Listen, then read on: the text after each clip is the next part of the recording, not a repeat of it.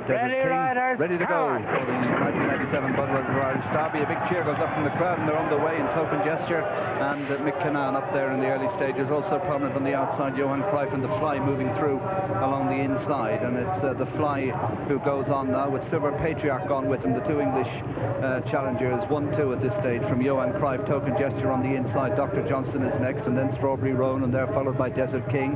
Loup, Sauvage, who was last out of the stalls, is 3 from the back, with Casey Tibbs last but 1 and Verglas the back marker. They've covered 2.5 furlongs in the Fly on the inside of the favourite Silver Patriarch, a gap then of 2.5 lengths to Token Gesture in third, half a length away the outside Johan Cruyff, then Strawberry Roan. Dr. Johnson is next. Loup, Sauvage comes behind these with Desert King and Casey Tibbs and Verglas together at the back.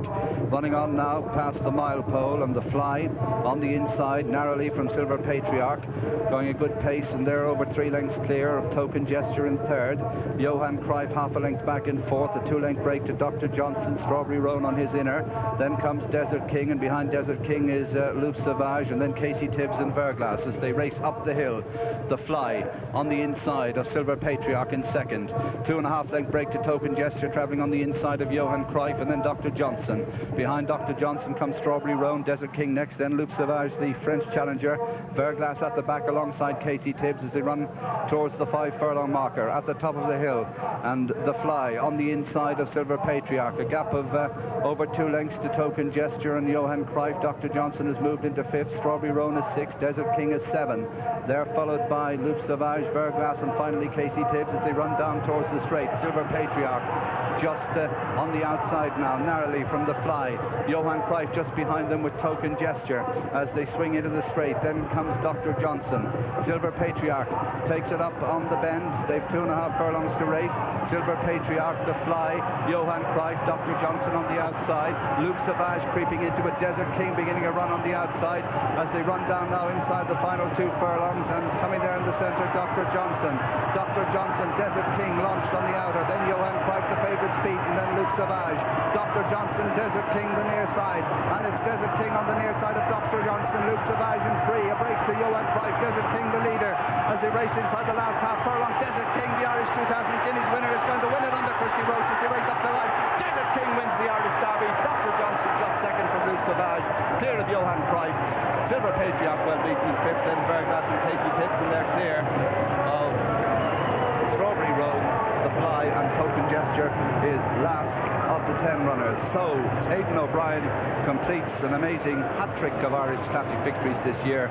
The 1,000 guineas with Classic Park, the 2,000 guineas with Desert King, and Desert King again the hero today, the winner of the Budweiser Irish Derby, allaying any doubts about his stamina for the trip.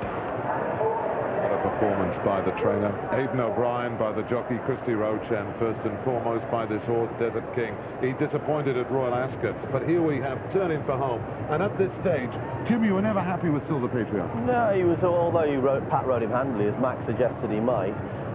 He was never really going that well. He was always niggling along now. He is the winner second right. Second right, yeah. Desert King just... As they fan out to take a position up the straight, just forced to switch a little bit wide. For a moment, Dr. Johnson, who ran a brave race, looks as though he's taken it by the scruff of the neck. His horse just wanders a little bit, sort of hangs into the whip towards the rail. Crossed Loup Sauvage, but didn't hamper him. And then Christie's horse, the winner, he's come across him as well. So you can say Loup Sauvage maybe didn't enjoy the best of runs, but basically he wasn't fast enough. It's made no difference. And now into the closing stages, straightened out, as he'd done at the Curragh in the Irish Guineas. He powers away. But what went wrong at Royal Ascot last week? Well, this horse owned by Michael Tabor, the man who's having Mr. Lucky in racing. You've known him for many years. He started off in the East End, John. Absolutely extraordinary. Of course, Christy Roach has chosen right. Yeah. I mean, a lot of people criticised him. Many of us thought Strawberry Roan would have won the Oaks over here. Well, that form hasn't stood up at all. She wouldn't have won the Oaks. But Desert King is the 11th Irish 2,000 Guineas winner to go on and win the Irish Derby. Grundy was the last to do it in 75. Santa Claus in 66 won both races. And you go back to Spike Island in 1922. But the other question to ask, the Derby form itself is now in shatters. After the defeat there, they are total eclipse of Silver Patriarch and the Fly. They're absolutely nowhere. What price now? Benny the Dip in the Coral Eclipse next Saturday. He is the only one now who can stand up the Derby form. It looks terrible at the moment, Jimbo. Well, that's rubbish, because you've got